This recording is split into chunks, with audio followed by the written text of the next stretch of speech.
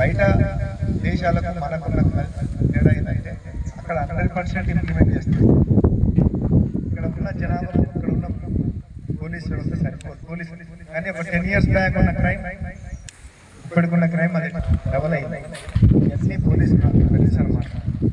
ఒక్కటి ఏమైనా చేసిందంటే సిస్టంలో బేసిక్ ఇనిషియల్ స్టేజ్లోనే మనం చట్టాలని గౌరవించాలి, వైలేషన్ చేయకుండా మనం ఏ విధంగా ఉన్నత స్థానానికి ఎదగాలనే ఉద్దేశంతో స్కూళ్ళల్లో కూడా కొంత మీకు అవేర్నెస్ చేయాలనే ఉద్దేశంతో వచ్చినాం.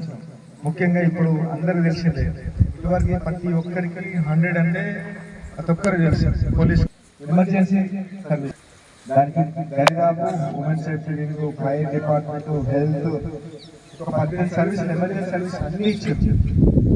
మీరు 112 కాల్ చేయండి, ఇమీడియట్లీ దాన్ని కన్సర్న్ డిపార్ట్మెంట్ కనెక్ట్ చేస్తారు, సంబంధిత అధికారులు వస్తారు. అందరికీ అవగాహన ఉండాలి.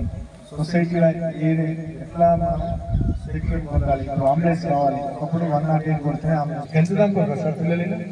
ఇంటర్ కూడా ఉన్నారా ఈ బ్యాచ్? మొబైల్ ఫోన్ ద్వారా జరుగుతుంది. మొత్తం మీకు అవగాహన ఉండాలి సైబర్ నేరాలు. ఒకప్పుడు దొంగతనాలు ఎట్లుండేదంటే హౌస్ లాక్ రోడ్డు రాబరీ అంటారు, దారి దోపిడీ అని మీరు అప్పుడు తెలియదు. పాతకాలంలో దారి దోపిడీ చేసి డబ్బు నగలు గుంజుకోబోతుంది. అట్లాంటి క్రైమ్ పోలీస్ వ్యవస్థ అట్లా టెక్నాలజీ పెరిగినాక వాడి ఇంట్లో ఉండే క్రైమ్ చేస్తే